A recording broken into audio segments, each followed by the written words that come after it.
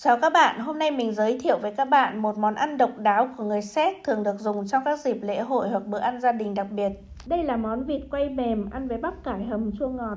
Chất bột để ăn cùng thường là bánh mì hấp hoặc là gnocchi. Gnocchi là một dạng bánh mì hấp của Ý. Vịt được quay với nhiệt độ thấp ở trong lò khoảng 3-4 giờ trở nên mềm tan trong miệng và rất đậm đà. Công thức là vậy nhưng nếu không muốn ăn quá mềm thì có thể rút ngắn thời gian. Đặc biệt cách quay này thì làm cho da vịt rất là giòn. Bắp cải đỏ hầm chua ngọt không chỉ giúp cân bằng vị giác mà còn làm nổi bật sự đậm đà của thịt vịt. Cách quay vịt của người Séc thì hoàn toàn khác kiểu của Việt Nam. Các bạn hãy thử khám phá cùng mình nhé. Đây là gnocchi làm bằng bột khoai tây, nó dẻo lắm, mình ăn cả tháng không chán luôn. Đây là hạt caraway, một loại hạt thì là tây. Đây là bắp cải đỏ. Và món vịt quay thì không thể nào thiếu được nguyên liệu chính là vịt. Con vịt này là vịt nhà nuôi đấy các bạn ạ, nhưng mà không phải là nhà mình mà là nhà bạn mình. Nó phải đến 4 cân, nhà mình chỉ có 3 người thế là mình sẽ ăn nửa con. Con vịt nào cũng có rất là nhiều hạch ở cổ, mình phải cắt bỏ đi. Con vịt to và rất là dài các bạn ạ, cho nên là tuy chỉ có một nửa nhưng mình cũng cắt đôi ra cho nó nhanh chín.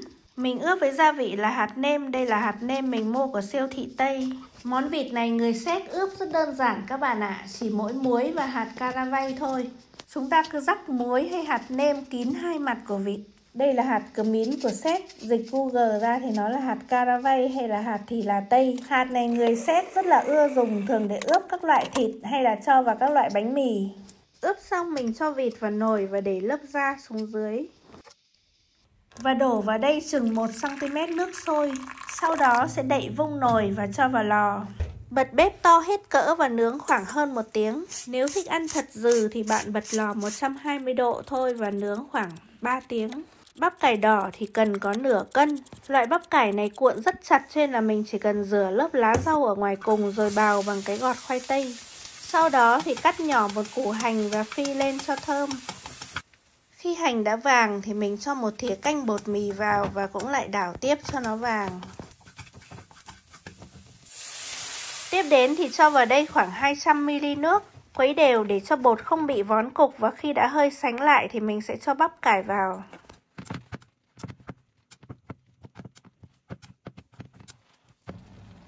Với nửa cân bắp cải thì mình cho vào 1 thìa cà phê muối và 3 thìa cà phê đường. Đây là kiểu nấu bắp cải hầm chua ngọt nhưng mà gần chín thì mình cho giấm. Cũng có thể mua gói bắp cải chua sẵn ở siêu thị nhưng mà mình thích tự nấu hơn. Tự nấu thì nó sẽ không bị quá chua như là mua gói dưa. Sau đó thì lại cho thêm hạt thì là vào đây. Và sau đó thì mình sẽ đậy vung và đun nhỏ lửa một lúc là nó dừ. Vịt đã nướng được khoảng 40 phút rồi thì mình bỏ ra xem thế nào. Lúc này vịt đã mềm và ăn được rồi nhưng mình cần phải nướng để cho lớp da nó giòn. Mình dở lớp da lên trên và cho vào lò, không cần phải đậy vung nữa. Lò mình vẫn để nóng ở mức cao nhất là 275 độ. Bây giờ luộc bánh mì hấp gnocchi. Gọi là bánh mì hấp bởi vì thực ra cũng không biết nên gọi nó là cái gì. Là mì thì cũng không giống. Mình cho nước sôi vào luộc và sau 2 phút thì nó nổi lên giống như là bánh trôi. Nó chín rất nhanh nên là buổi sáng mình hay luộc cái này mang đi buổi trưa ăn ở chỗ làm. Đổ ra rổ giống như là luộc mì. Dội nước lã cho khỏi dính và sau đó trần lại bằng nước sôi. Dội 2 lần nước sôi để ăn cho nó nóng sốt. Nếm thấy bắp cải dừ thì mình cho 1 thìa canh giấm vào. Các bạn thấy hay không này, cho giấm vào một cái là màu bắp cải nó sáng tươi hẳn lên. Cái bắp cải loại này nếu mà xào với luộc giống như kiểu Việt Nam thì ăn rất bở và cứng và chán. Nhưng mà nấu theo kiểu Tây này thì nó lại dẻo dẻo rất là ngon. Và đây món vịt của mình đã hoàn thành, các bạn thấy màu rất là đẹp. Lúc nãy chỉ ướp với mỗi bột nêm vàng thôi nhưng mà bây giờ da đã biến thành màu đỏ đậm. Đây là nước ở vịt chảy ra, mình đã bỏ bớt lớp mỡ rồi. Lấy nước này dưới vào thì bánh mì hấp gnocchi sẽ đậm đà và béo ngậy hơn. Các bạn ơi, lớp da giòn rụm hấp dẫn chưa này? Thịt vịt cũng rất là mềm mại, hòa quyện hoàn hảo cùng bánh mì hấp gnocchi dẻo dai. Đặc biệt là bắp cải đỏ hầm chua ngọt rất là sánh và dẻo, tạo nên một nét đặc sắc rất riêng của ẩm thực Trung Âu.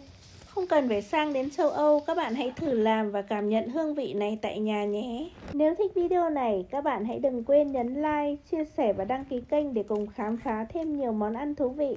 Cảm ơn các bạn đã theo dõi, hẹn gặp lại ở những video tiếp theo. Chào các bạn!